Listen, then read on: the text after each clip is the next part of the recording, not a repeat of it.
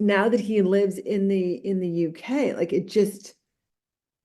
it's so strange, but he recognizes how people can grow up without that love and without the interconnectedness of his original culture. Yeah, so basically modern society has created the so many of the ills that we're dealing with because it created the structures and the systems that we have. Mm. Right? There are companies that don't need to exist, that solve a problem that we created that doesn't need to exist. Hierarchy, the way it's designed, using money to pay people instead of, I mean, defining success the way that we do, that is not progress. That's anti-progress. Like people want fame. And someone asked me recently, when did I start to become a brand? And I just looked at them and I said, it's funny you say that because I have slides going back 20 years with the cover of Harvard Business Review and Fast Company magazine that talk about the brand of you. And I say, I use this to talk about how to not be. Don't be a brand. Be a human being. Welcome to the Grow and Learn podcast, your go-to source for expertise and insights on a variety of topics: business growth, leadership, technology, personal and business finance, and more. We've curated a vast network of business experts ready to address your company's most pressing challenges. From corporate growth strategy to leadership, marketing strategy, sales strategy, branding, customer relations, technology, AI, IT security, and beyond, we connect you to the best experts for your needs. Reach out to us for more information or schedule a call at GrowNLearn.org to explore how we can support you. Lovely Marcy Axelrod. We're here for part 2 to talk about how to really show up. In part 1, we spoke about the concept of truly showing up, what it means. She gave a few examples. She also gave a process of how to align yourself to showing up. And today I'm aligning with her, with my head, full alignment in vision and spirit. Hi, Marcy, welcome again. Serena, thank you so much for having me. Really great to be back. Totally my pleasure. I've been yearning for this second part of the talk where we are gonna be speaking about the research that you've made on how we choose to show up, which was the research that you based for the writing of your book. You spent 20 years on this research. Right. I'm going to let you take it from here, whether you want to tell me about the research or take it away from here. I'll give you the first question. Thank you. Yeah, I mean, ultimately, when I was doing strategy management consulting in Silicon Valley with KPMG Consulting, there's often global research that start each engagement. And we had the chance to ask hundreds of thousands of people basic questions about how they achieve things, what gets in their way, how they feel they can achieve things better. And ultimately, the consistency around the world was just remarkable. And yet, when you try to put into place what people think are things that'll help them achieve more, it doesn't always work. So it was very clear to me that there's something missing regarding how we're showing up and how we're choosing to show up. And the reality is most of us aren't actually choosing the fundamental aspect of how we show up, which is how we attend to the world.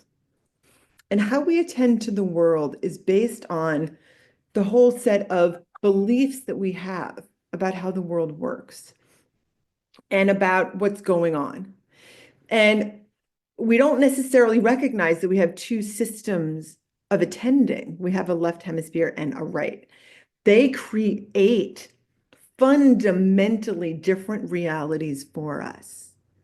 And our society today defaults us to this less human, lonely, separate, disjointed, part-based, abstracted, disconnected world. And we see this to be true in the mental health statistics that are out there, in the fact that, something like 65% of people are lonely, the fact that we're defaulting to our screens instead of looking into each other's eyes and truly feeling what each other truly is experiencing. So all the symptoms are out there. right? There's a reason that our both 19th and 21st Surgeon General in the US wrote a book, not about cancer or about obesity. He wrote a book called Together. So Vivek Murthy is his name, and he deemed the number one crisis in America, and I believe this to be true across the globe, is that people don't feel connected with others, with society. And of course, the roots of that are that we don't feel interconnected within ourselves. And this is the root of what we're, ideally choosing when we show up.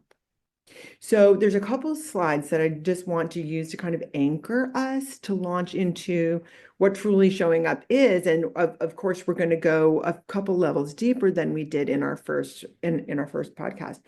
Zarina, do you mind putting the first slide up? Yeah, may I ask you something before I do so regarding the lack of reconciliation within us? Yes. Is the way you perceive it, the lack of reconciliation between the type of thinking that is produced by the left and the right hemispheres of the brain? Yes. Yes, it is. And I also immediately, by the way, want to connect this with, there's a lot of discussion right now about how we have a traumatized society, a traumatized world, right? All the wars from the past, all of the grief and suffering from when humans evolved is existing within us. And we are starting to be very much aware that in the schools, we need to kind of teach in such a way that resets the nervous system of the students so that we can learn. Because without safety, we can't relate to others. Mhm. One of the most important things here to insert which is the foundation of this, is that without safety within ourselves, we can't relate to others. So what I'm saying might sound like an abstract set of concepts from the outside world in a framework that I'm imposing, but my background is psychology. And the foundation of the model is not just evolutionary biology, but it's also neuroscience, right? So there's very much of a depth of how within our human body are we designed to exist, and how does that then turn us toward the outside world so that we can then truly have the life that we want, have the depth of relationships that we want, have the success in business, etc., that we want. Yes. So one last comment before I open up your slides. I recently had a guest, unfortunately, I can't remember who exactly it was, but he was speaking about exactly what you touched upon, which was the generational inherited fear from all the world wars. So he was speaking Right. specifically about the world wars, but clearly we have the history behind that we are carrying in our genes in terms Yes. of Right. built up fear Epigenetics. and Let's talk about epigenetics. that. Exactly. Yeah. Right. Yeah, so I specifically have pages on a number of the sources of just like, why do we just show up? And I specifically point to that it's in our genes, and if it's not healed, we pass it on down, which is what we're doing. And there are a lot of there's rat studies and all sorts of things that I also reference in the book that talk about how this takes place. But first, let's just explain what is just showing up. Opening up your slides. All right. Yeah. Go up 2 slides if you would to what is showing up. Is this the one? Nope, go to slide number 1. Sometime, yeah, so one more, yeah. So I ground us in a circle, and I ground us in the colors of the rainbow because this is natural. And what I'm trying to do is kind of create an icon that kind of stays in people's minds. So first, what is showing up? And then the very next slide is what are we choosing? If you would switch to that. Okay, so let me get into that right now. Let's go to slide 3. So at a very simple level, right, everything in nature has inherent levels of quality, 1, 2, 3. We know when we're barely there. We know when we're truly showing up. But what is this middle level? So there are three levels of showing up. I could have imposed, 10 levels or 5 or 2, but I think that 3 is really crucial because everything seems to have a high, medium, low that people can relate to. To summarize, right? Barely there, I think people can understand. You're disengaged, you're burned out, you're grieving, you're sick. There's something that's just taking over what you're choosing to attend to, such that you can't really be who you want to be. There are valid reasons for showing up barely there, but ultimately we want to get out of it. If we're depressed, if we're anxious, if anxiety has kind of taken control, ultimately what we want to do is not be barely there very often, less than 10% of our time. And I talk about in the book how to kind of break out of it when it takes control of us. Because what we're really doing is we're stuck with the mirror facing in, and everything in our head is reverberating, and we get stuck. And that's when kind of we aren't at all living the life that we want to live. And we aren't there for other people in the way that we want to be. Let's get to just showing up and truly showing up. Truly showing up, as people can imagine, this is when you're living the life that you want. Your legacy is going to make you proud. Your relationships have a depth because you are able to presence with others, with ideas, with vistas, with what is there in a way that you can receive it and you let it affect you. And you are able to sit with the feeling in your body and really understand what it is. And then from there, without it controlling you, from there, you can then make a choice. How am I choosing to interact with this? You can often put a label on it. So you are going from your embodied system, your sensing system, right, into your limbic system, and then into your frontal cortex, and you can make a decision. It can be layering on your rational decision system on top of the beauty and interconnectedness of our limbic system and our sensing system. And by our senses, I mean our body, right? Touch, taste, smell. Because we're able to sit with it, we're able to also make use of not just our intuitive system, but the kind of imagination that goes with it. What if this? I'm curious about that. What might this also be telling me? Right? Because ultimately, the hierarchy of perception starts with intuition. Something is coming through our senses. We can perceive it, let's say from another person. What do they feel? It is immaculate that it comes like through the ether to us, right?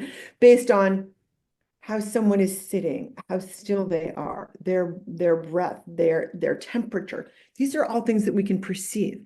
The intensity of their gaze. If it's an idea in a book, the same thing happens. We can then perceive that.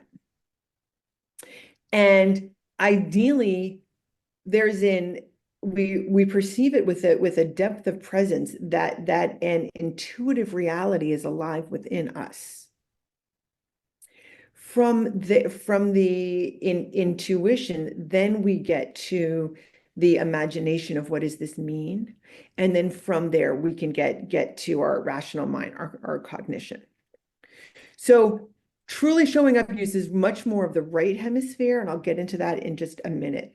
But it's very different from just showing up. I'm going to switch now to level 2, just showing up. So this morning, picture yourself in bed. You are getting out of bed now, and what do we do? So I'm going to ask you, Zarina, when you wake up, like what's the common path? All right. So I have a different schedule for the past 3 months since I have a dog. So I the dog wakes me up at 6 o'clock or 5:45. So I usually get up and walk it in the dark. Okay. Then I go to bed and I try to meditate. if I'm undisturbed, I manage to meditate for up to an hour. Maybe sometimes I fall asleep. Sometimes I actually manage to meditate. Loving that. So true. Then I Yeah. go about my day. I sometimes, if I get up on time, help my child to prepare for school.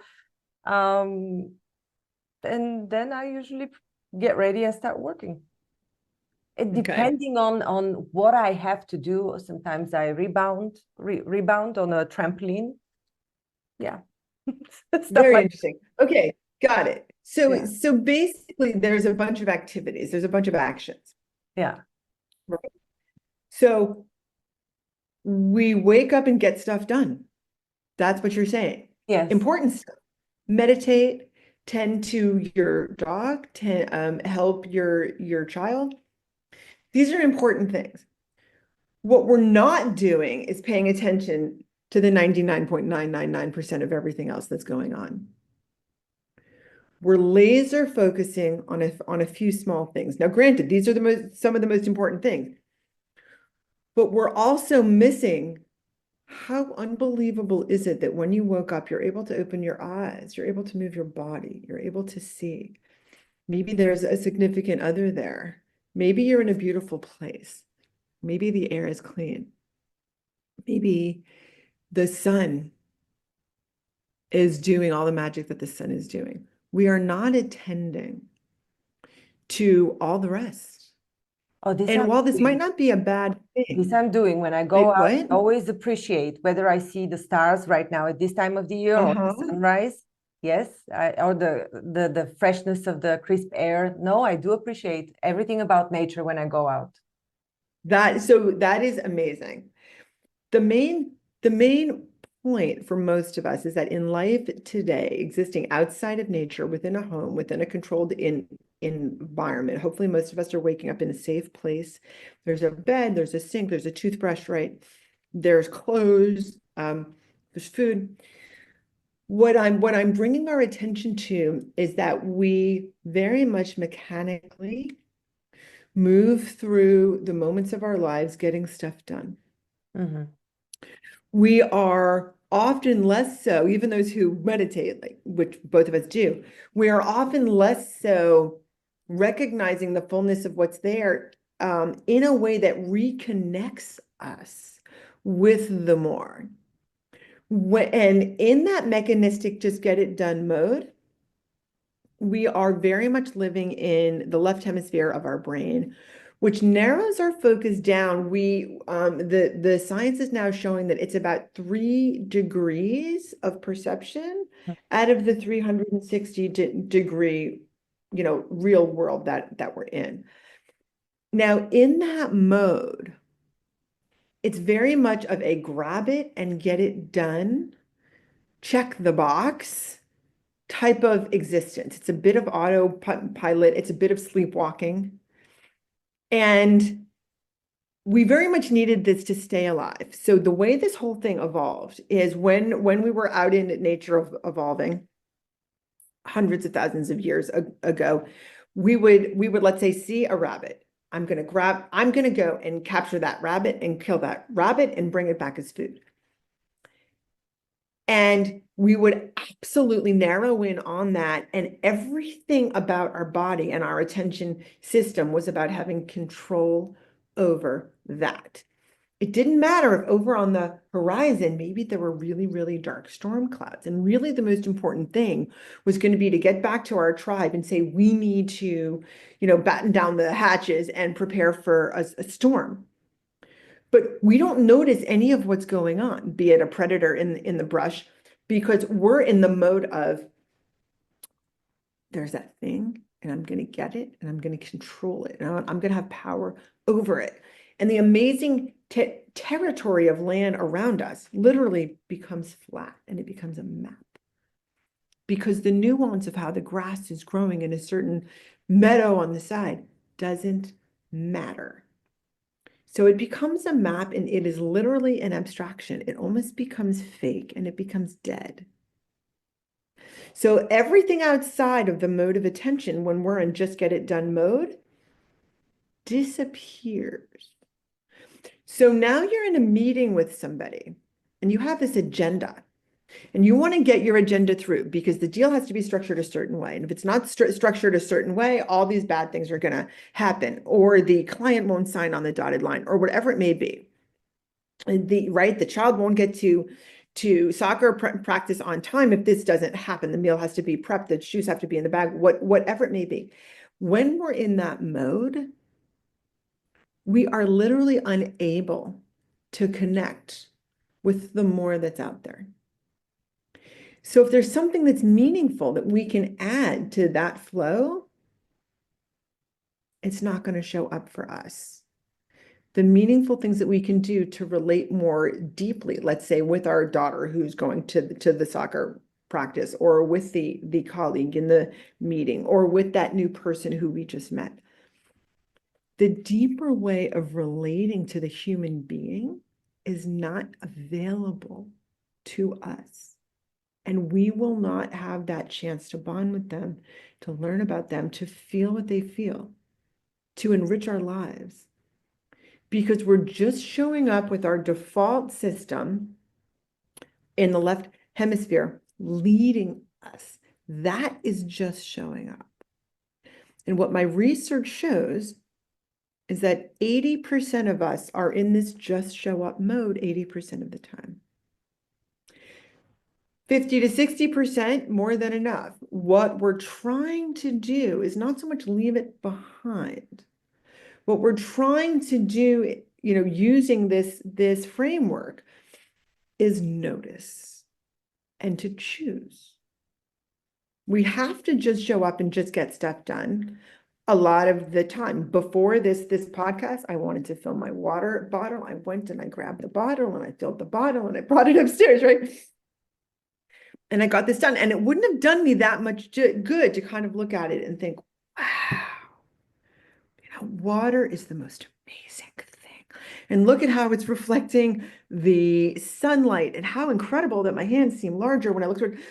It wouldn't have been helpful, right? However, if I'm trying to actually have some kind of novel thought and think for my team in a new way about how we can approach this given market space, or do something new with our sales process, or kind of, decorate our home in a different way, whatever it might be, that novelty of bringing the fullness of our creativity to the moment won't happen unless we're able to pause and to shift. Now, here's what's really insidious about staying and just showing up. The life that you want is over here, and the just show up, get it done mode is over here. And they're different because we don't feel life has meaning when we're just showing up. So move us to the next slide, if you will. And this shows some of my research.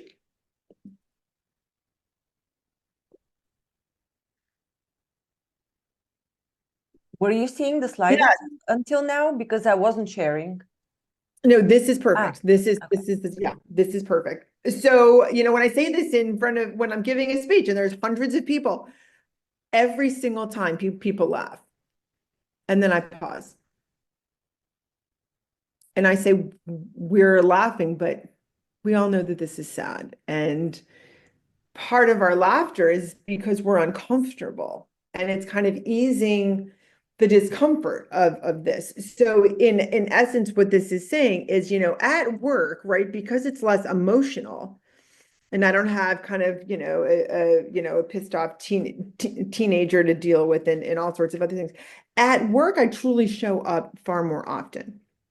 To my kids in my parenting role, because it can be so emotionally rich and they can be dysregulated, they can be difficult, I probably end up just showing up more often than I want. And then my partner pretty much gets whatever is left. And that's what the research shows. And, people relate to it. Not once have I been told, I kind of recognized that this was going on a number of years ago, and my marriage started to go south. And when I decided to bring more of my relational being, right, the way of attending with my right hemisphere to the most important relationships of my life, everything changed, right? But people have told me after they've heard me speak that that's exactly what happens. I want us to go down one more slide because I want to get into how do we truly show up? Because this is so much deeper than you think. It's not just a concept. We exist in three roles. So on the left side of this chart, what I want to explain is that we're in a self role, and that's very much what I've been speaking about, but I've also been laying it out within a context, of what happens in the morning or when you walk into a meeting. These are the situations of our lives. They show up to us, but they also show up with us and for us. And I'm about to explain that. And then there's a societal role. We are part of a tribe. We are part of a community. We are part of a family, a company, a town, a country, a planet. There is so much going on that creates the choices that make us become who we are. And everything that we do filters back into the system and reverberates through. So we are societal members, situation members, and selves all at once. And I want you to feel the weight of this because what we do impacts others 3 levels deep through our friends. So the work of Nicholas Christakis, and I mentioned this in both of my TED Talks because it is so important. He's a physician. He's been at Yale, I don't know, a dozen years before that at Harvard. And what his research shows is that the 20 people who we spend the most time with are actually 45% more likely to do what we do than those who we don't spend as much time with. Now, 45%. And so this is how you walk into a room. It's the quality of your attention. It's whether you care in a way that really helps the person feel felt. This is what you're doing that person is then bringing into the 20 people who they're with, right? And if it's negative, if you just show up and you're just like, oh my God, like I just can't get this shit done. Like my job is just this and I've got to quit. That negative energy is also moving, but it isn't just your energy. It's your thoughts that you're sharing. It's your emotions. It's your beliefs. So it's thoughts, feelings, and actions. Everything is moving through those 20 people. So let's say your best friend's spouse. Now that person is 25% more likely to do what you do because it goes through your best friend into that person's spouse now. And then the spouse takes it to someone who they work with, who is now 10% is likely to do what you do. It goes 3 people deep, 45%, 25%, and then 10%. So someone who you don't even know, who you will never meet, is 10% more likely to think, feel, and act the way that you do by virtue of your showing up a certain way. So it is incumbent upon all of us here to feel that responsibility. How are we choosing to show up right now? It matters. Marcy, So once again, do you mean showing up in terms of the awareness of showing up? Or do you mean showing up in this case with the gentleman that you mentioned was also included in the research of your book? Do you mean that this ripple effect is of what they do or of the way they show up? the way we show up, our thoughts, feelings, and actions, right, which are created by the beliefs that we have, right, about So this is the reflection. Thoughts, feelings, actions, and beliefs are reflected and trickle down to in our behavior, how we show up, literally our present to everything. Mm-hmm. Everything about us is changing those who we encounter. And a lot of people have lost the sense that we matter, that we have an impact. They think that we're all just inert, and we don't touch each other and feel it. That's completely untrue. We are impacting the world at every moment. And actually, there is a chart, and I know you said that the charts don't show up, so I will send you this. And it says me, you with we in the middle. Me and you with we in the middle. We very much are a we, and I'll send you this to put in your show notes. And the way that it happens is through a situation. It says self, situation, society. Our three roles merge like in the moment of our experiential reality. That is a situation. And what I'd like to do is actually read to you the definition of what a situation is, because most people don't actually recognize the profoundness of what a situation is. So I'm going to read this. A situation is an active encounter. It's not passive and it's not simple. What's going on when we're in our left hemisphere is it is representing what happened in the past, because that's all that this hemisphere can do. But really what's going on when you're not so locked there is that there is this reverberative, alive, back and forth going on where you impact me and I impact you, and you impact me and I impact you, because we're feeling each other and sensing what is the person doing, right? Are they like this? Are they like this? What is the world doing? Is it opening us? Is it closing us, right? So we are reverberating in a way, like responding to what's going on. So we presence to, with, and for the situation of what's going on, and it and everyone in it presences to, with, and for us, whether it knows it or not, right? And this can be a voting booth, right? But everything is there impacting us. So quite plainly, what a given situation is depends on who is attending to it and how. So if we're able to attend with our open system, which is the only one that perceives anything new, the right hemisphere actually starts from a place of wholeness and perceives what is new that is truly going on, versus this part that sees something and says, yep, I got it. I know what that person's going to do. I know what this thing is. I know, right? There's a wall there. There's a book here. Nothing really to attend to. When we're able to actually attend in a way that sees what is new, we are then able to show up in a way that is thoughtful, that we choose, as opposed to defaulting, which is what just showing up is.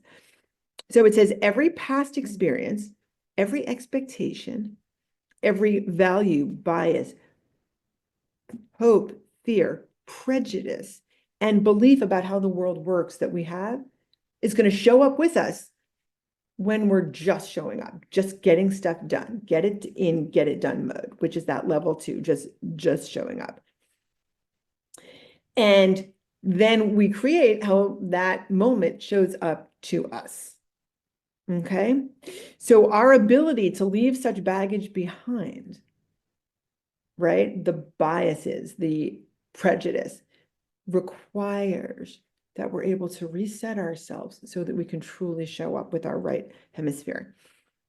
What So you're just to finish saying is this, that we are repeating our old patterns if we're going on the just showing up mode, if we're going about our lives. right, our default mode Our default mode. leaves everything showing up the way it did in the past, I see. fulfilling an expectation, Yeah. but we're not really seeing what's happening. We're not truly living in the real world. Right? Yeah. So you hopefully won't think about a situation Are you going to read a again. little bit more? Or because I also have another question. I have just 2 sentences, and then I want to hear what your question is. It says, over time, the reverberative dance of the situation creates who we are and who everyone is and what everything is that is around us. So we are creating our lives by how we show up. right? And we're also creating how others are showing up and how they experience us and how we experience them. So literally our entire lives are created by how we show up. Mhm. You started this conversation by showing some or sharing some statistics of how lonely and isolated societies have become, we as people have become. And somebody else brought up statistics that in the US, an average male has approximately one friend. Right, right. And feels lonely. Yeah. So, Well, so I shouldn't say most, yeah, there is a very large, in fact, potentially a majority of men who, when you ask them a question, it's something like, when you're really in a time of need, who would you go to? There's no obvious person who comes to mind. yeah.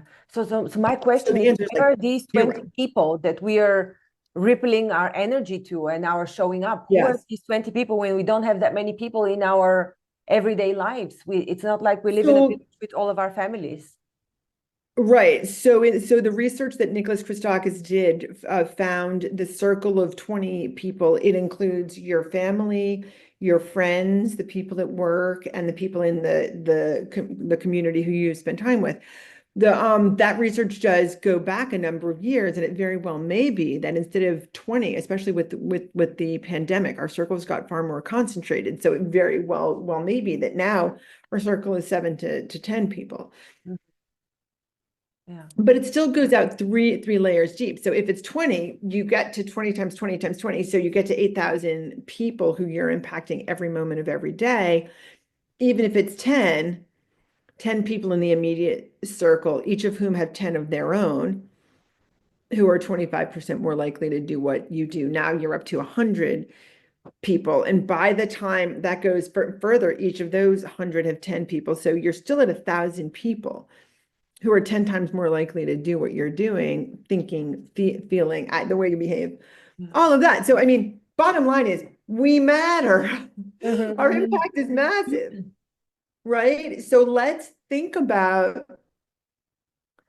how we're showing up. And we can, if you want to, we can get into now some of the ways to just reset ourselves to be able to switch which attention system leads how we're showing up. Mhm. Okay, yeah, sure.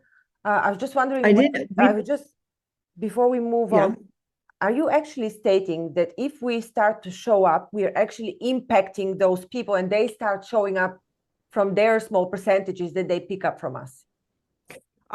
Yes, I am literally saying when we change how we show up, we are literally impacting 1,000 people around us at all times. When we show up with that level of quiet receptivity of our bodies so that we can truly attune to you as a person or to an idea that we come into contact with. When we change, we're changing that person, we're changing the world. We absolutely are. The divisiveness, the war, the sentiment in society, like the ideas in the zeitgeist that are out there hitting us from our every kind of article that we read online, all of that will literally start to shift as we change how we show up. Because the moment someone feels care, they feel felt. And this is actually on the next slide. When they feel felt, then they change how they show up. There's a skill for each role, and that's what we didn't get into. Stay on slide 5 for just a minute. Is this slide You know, 5? yeah, because there's a skill for each role, right? If you really want to truly show up, right, be more grounded in yourself. And I have a chapter on each of these. Be more ready for your situations. I talk about what readiness really is, and be more connected with intent to serve. And there's a word I put on that, which is all intelligent in our societal role. Let's put that on the side now. People can certainly read about it in my book because I want to get into the whole care process on slide 6. Yeah. So the way the brain and the body works is that when we're in get it done mode, we don't so much notice what's going on and we don't tune in. to that, to those 357 degrees of life that are out there. We focus on this like a 3-degree thing, right? I'm going to take that plate out of the dishwasher. I'm going to put it on the shelf, right? It's a very focused thing. The more we can open ourselves and engage that right hemisphere by quieting our body, quieting our mind, breathing, slow exhales, all of that, that opens up our senses to perceive more. And all of a sudden things change. We notice things will just show up that existed that we didn't see. We start to notice more, and then we can tune in to the more, right? So I'm on that continuum on the bottom. Then we start to feel what's going on. We feel more alive. Then we start to enact care.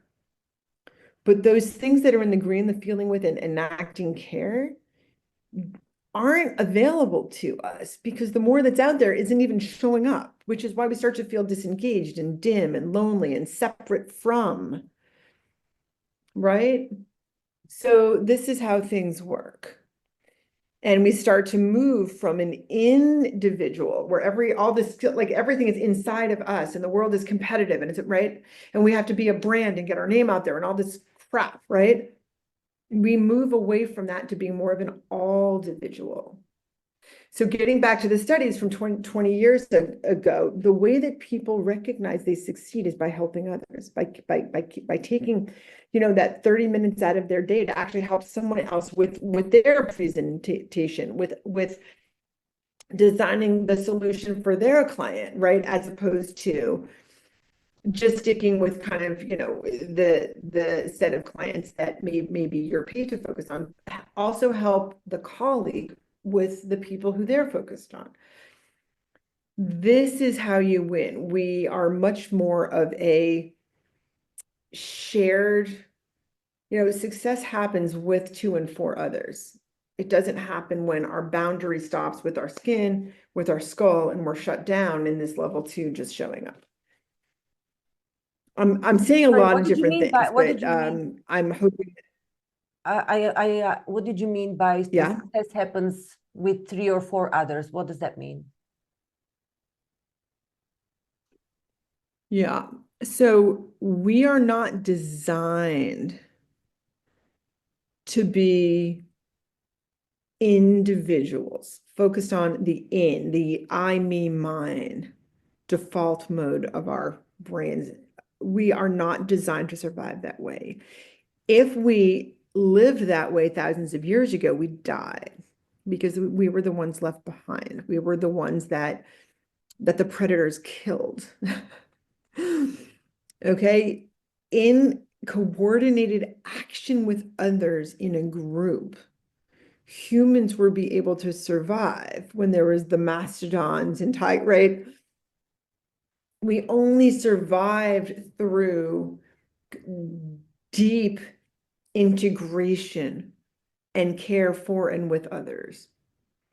And the illnesses of society today, right? The reason 65% of teen girls are on SSRIs and, we feel depth of anxiety, and have the kind of disorders of modern life is because modern life has taught us through the language that we use and through the structures of hierarchy and being in jobs that aren't meaningful and all of that has taught us and incented us to compete against others and to compete against the world and to feel like the environment, even that word, it makes no sense. The environment as if like we're here and the environment's there. Like what? We are of the earth, right? Just like an apple tree apples, the earth peoples, right? We come out of the universe either through a kind of divine design or through natural evolution, like whichever way we believe, it doesn't matter. It's all consistent. We are designed to thrive and survive in deep relationality with each other and attuning to each other's needs, meaning that we feel with. And when you feel with, you naturally enact care. And it's not a sacrifice. It's not a sacrifice. It feels generous and it fuels us. Would you say that the natural three, four people that we are most drawn to are the family unit, or not necessarily? Is this the natural In our design of society. things that we naturally enact care with these three, four people and care for them? That these are the family in the. So it doesn't stop there. I mean, the way that humans are designed, when you actually look at the physiology that we have, you look into the eyes of a stranger and you feel them just as deeply. And for the people out there who have engaged in activities, maybe it's as simple as at a karaoke bar where you're all singing Piano Man by Billy Joel and your arms are around. We have all, hopefully, at some point in our lives, felt the unity that creates a oneness. We are designed to feel that far more often, and we are designed to live within that lens of perception, where we are truly feeling others and feel one with others and kind of look at a stranger and can say, I love you. And it's like live from the heart. That is how we survived as a species, and that's how we're designed to live. And I'm hoping that just putting it on paper, like the model, shows that our role as a member of society, which comes alive through the moments that I called a situation. I'm hoping that this is making sense, because it only becomes real in how we show up to each moment. However, we are not alone in society. There are other people that also put out their levels of showing up. And I am saying this because when it comes to giving and receiving, for example, you're being out there for people, but in some societies, because this is not the accepted mode of living, they will not reciprocate. There is no concept of reciprocation. It is just like, oh, I'm getting something for free, or yes, I'm getting this free advice, or it's the usage of whatever is available to you, be it energy, materials. And so it's the consumerism, right? And so I'm saying this because I come from Bulgaria, and the mode of operation there is still different. It's not completely as consumer-based as in the Western world. So people are very much community-oriented. So that once you would pay the bill, once somebody else would pay the bill. Yeah, I'm very glad you're bringing this up. Yeah, I mean, was there a specific question, or should I just share what was on my mind? My question is how to show up fully in a society that is not ready to reciprocate. Right. Yeah. So reciprocity and symbiosis are both profound topics in the book, because we're designed to live much more of a reciprocal and symbiotic life. When you think about trees, and there was work done, Jessica, I'm going to forget her last name, who literally showed that within a forest, if you give radiation to a tree over here, it literally goes through the roots to a tree, like way, way, way miles away on the other side of the forest. And that when you have trees on the other side that don't have a certain amount of needed, let's say, nitrogen in the soil, what you find out is that trees way over there recognize that and are giving nitrogen through the roots of hundreds and hundreds of trees, getting it to the other one. So, and then ultimately they literally are interlinked under the soil. So humans are designed to be that way as well. And it's incredible that there are parts of the world where society really is more that way. There are still places in Africa. I was speaking with a gentleman from Nigeria who didn't have running water or electricity in his home. And yet from the moment you could walk, even without shoes, you went out with the older kids up to the hills, and you took the goats and the cows, and you were all there, and you were playing there all day. tending the goats and the cows and kind of noticing all sorts of indicators in the land about should we go down to the stream over here or the lake over there, like based on how the grass was doing and the different bushes, how they seemed, you would then take your direction about where to lead the, you know, the herds. And everyone cared. There was just love. It was love across the ages and across like the kids. It was kids from a community that was far from a city. And everyone was just together. There was a oneness, and they were all your kind of brothers and sisters, even though they were from different parents. So there was a collaborativeness in the air and in your world.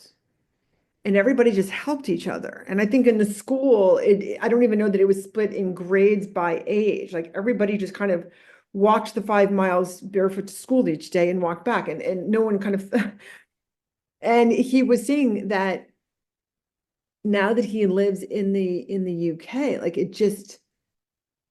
it's so strange, but he recognizes how people can grow up without that love and without the interconnectedness of his original culture.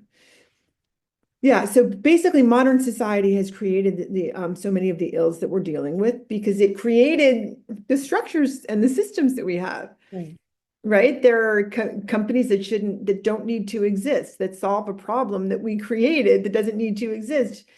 Hierarchy, the way it's designed, using money to pay people instead of, I mean, you know, defining success the way that we do, that is not progress. That's anti-progress. Like people want fame. And someone asked me recently, when did I start to become a brand? And I just looked at them and I said, it's funny you say that because I have slides going back 20 years with the cover of Harvard Business Review and Fast Company magazine that talk about the brand of you. And I say, I use this to talk about how to not be.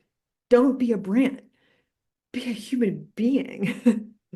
I'm not a brand. I've never thought about being a brand. I've never thought about my life this way. We exist just to help each other be good people and to make the world a better place. That's why we exist, to care for each other. So I'm going to stop there. Do you have a view of how things should start to unfold or untangle from the state of being that we are now? What I mean by that is, yes, you know, people, there are certain societal structures, institutional structures, and we are abiding by them in society. Yeah. Go to school, you know, people still do that. Yes, in some rural areas or people that have chosen to live otherwise, homeschool their kids, but the majority still abide by the created structures. Is there a way we can circumvent all of that and still feel connected and like we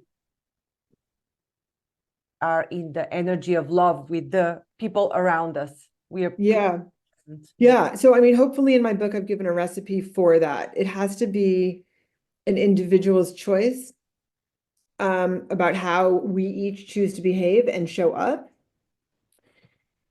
And from there, hopefully the decisions that we make, the systems that we create, the core curriculum of a country, let's say, will start to shift to one that instead of creating competition shows you that you will succeed only with that person and with this group of people and with the joint decision making that is driven from a place of knowing that we're all going to go down together if we don't help each other and truly feel with each other, right? In high school in America, it's very common where like you meet kids at a very young age and then everybody's typecast. And Jane, I know Jane. And even though Jane is 16 now, and we kind of met when we're 6, I know who she is and I've judged her. And I don't need to be friends with her and she doesn't need to sit with me at the lunch table. I have a daughter who just came back from almost a year of growth at a kind of mental health center in Missouri. And I told her, you need different friends now. And it was very hard. And I don't know that she can get through her head the fact that these 100 kids who you're coming back to, they aren't who they were. You aren't who you were. And they're not who they were. And even though they didn't go through potentially the intensity of growth process that you went through, where you had to shed beliefs about how the world works and a sense of self that you didn't have. And like, but you need to truly feel with someone, and then you can ask them, like, how was it for you when this happened, this thing that you just mentioned? Or, hey, I'm noticing that you aren't so happy. Do you want to talk to me about what's going on? Or just, I'm here for you. That changes everything. One quick thing that I want to mention, it isn't just us who show up, everything shows up. Our companies show up, our culture shows up, a school system shows up, a podcast shows up, a brand shows up, a color shows up. Everything shows up. This is a permission system because we bounce along this at every moment of every day. We're somewhere on that continuum, and we have to give each other permission. If someone just had a dental procedure and they're not quite as responsive as they would have been, and they're just showing up, we can show up with compassion for them. Like, they get to just show up then. Let's not judge them and be harsh and berate them and say, like, this isn't happening to you. It is showing up with you and for you. And how can we be there to help you?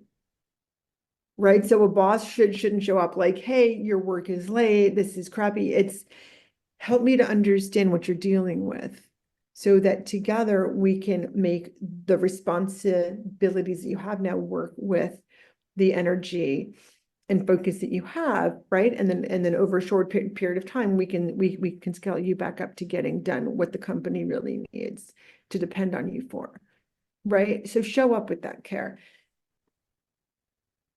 Marcy, did talks around showing up, maybe not conjugated with this specific term that you've come up with, have been around for a while, and yet they've been perceived as something that is a woo.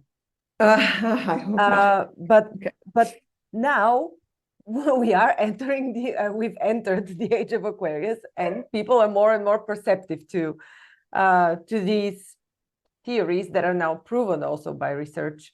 Right. How do you see the development? Will people be more open in the coming years, or are they more open to your talks? You've been to 2 TED Talks. How are people perceiving this? Yeah, no, people are very much more open. I mean, whether people come to these concepts through, a mental health focused challenge that they have, a trauma focused need, the fact that people are disengaged at work, however it's showing up, the symptoms of modern society that teach us that we're a solo person aren't working for us. The medication that we're on, I mean, this and the side effects, like, this isn't working. Why are we here? Right? Why do I feel so lost? Why is my depth of relationship with my teenage daughter not as deep as I want it to be, right? So I think that there's a readiness there to change how we feel as people and how we move through the world. Otherwise, Lord knows we're going to keep depleting the limited resources that we have. Like we can't keep having a linear manufacturing system on a finite planet where we kind of make a whole bunch of stuff, use it for a short period of time, bury it and think it's okay. This is not working. We've already crossed 6 of the 9 planetary boundaries that are out there. And it's things like clean water, clean air, extinction of species. Like, we obviously can't keep existing this way. So I very much do feel that red flags are flying up everywhere. In our homes, at the level of the United Nations, at the global climate talks, in our elections, the red flags are everywhere. So I feel like there's a readiness for this. And for the other things that are kind of saying similar things in different ways. Yeah. I'm actually seeing things developing in a positive way. Yeah. Yeah. What Let's are you seeing that's showing that there's a readiness in society for people to actually enact change? I am seeing more and more people noticing the corruption in lobbying groups that have pushed on pharmaceutical products that are Right. very well showing that are harmful. Mm-hmm. Showing in the data, now data is coming out that statistical institutes for side effects of these pharmaceuticals, for example, in the Netherlands, 1 million records were deleted from such an institute. So such things are showing up more and more, be it on the health sphere or even corruption when it comes to, or the plans when it comes to wars and what's behind wars. And people are very open and very clear about the actual situation. Yeah, yeah. We're all feeling it in different ways. And I think the messages that tell people to be more of an individual and to stand out are the wrong direction, because the way that people feel whole, the way that people feel calm, the way that we can just feel happier is by resetting our nervous system such that we turn our perception system on and feel others and are able to sit with ideas and concepts and kind of bring in the more of life that's out there that everyone's kind of supposedly taught about but doesn't always feel. So that's kind of the summary of it. And I have a lot of research that explains how we see even friendly faces as threatening when we're just showing up and just too busy and just moving through time without actually perceiving the wholeness that's out there. I mean, I've a lot of research that explains how just showing up kind of. Marcy, how did you do this research? You mentioned a part of it was from research you've done back in the day in KPMG, but what about the rest of the research? What's the base? Yeah, so I started what I call evergreen research, which is an ongoing set of surveys that are out there.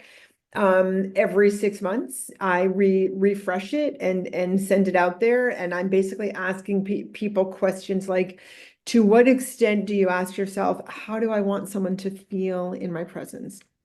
To what extent do you do this? To what extent do you do that? And ultimately from there, I get levels of barely there, just showing up and truly showing up. So that's basically how I've done it. I'm also endlessly interviewing people. Like we're talking like on the line in the supermarket. I mean, this is my life. Like I would see someone pick up a magazine that has a certain cover and say, what do you think? Right? Like why, how did it become attractive to you that this says X? And they would say, oh, because of this.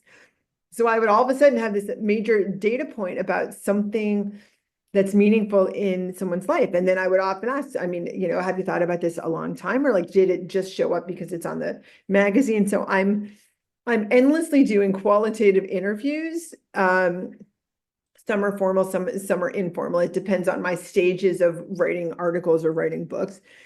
And then I have my research that's out there. I'd be happy to send you the survey if you want to put it up. I mean, I'm always looking for more data points. Yeah, absolutely. I'll do that. I'll put it in the That's great. To the video. I'd love to hear from people. I'm redoing my website, but I also have it on my website. And I've actually just been told that I need to make sure it's refreshing because I think all the data clogged things. But anyway, I will get it to you. Are you consulting people or coaching people on the showing up method at the moment? So people are definitely calling me asking for coaching about it. I'm very selective about that, but I speak with as many people as I can to at least get them started and to create a plan. And the plan for everybody's different. Some people want to just do a little thing in the, well, not little, I mean, an important structured thing for 10 minutes in the morning about what are the most important parts of their day where they're going to make sure they truly show up, and how are they going to do that? Marcy, fantastic. Thank you so much for this talk. It was a true pleasure. Thank you. Any last words anything you want to And Yeah, well, the book I think is still $1.99 or something on Amazon. Please get it. You don't have to feel like you have to read the whole thing. Just even look at it, flip through, read the things that catch your attention. Maybe what is readiness for your situations? What is grounding? What does all intelligence mean? How do you practice showing up for your business? Just feel free to do that. Feel free to reach out to me, and the website's out there, choosetoshow-up.com. thank you so much. Thank you for listening to Grow and Learn. We hope that you found our podcast informative, engaging, and inspiring. Our mission is to help you keep growing and learning, and we hope that our conversations and insights have provided you with practical advice and useful perspectives. If you're looking for personalized support and guidance to help you achieve your personal or professional growth objectives, I offer a range of services to help. As a trusted management partner and mentor, I work with businesses in the process of transformation, looking for new streams of business, as well as M&A.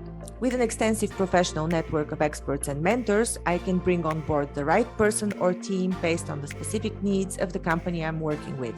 To learn more about the services I offer and how I can help you achieve your goals, visit my website at grownlearn.org. You can also reach out to me via email or social media. I'd love to hear from you.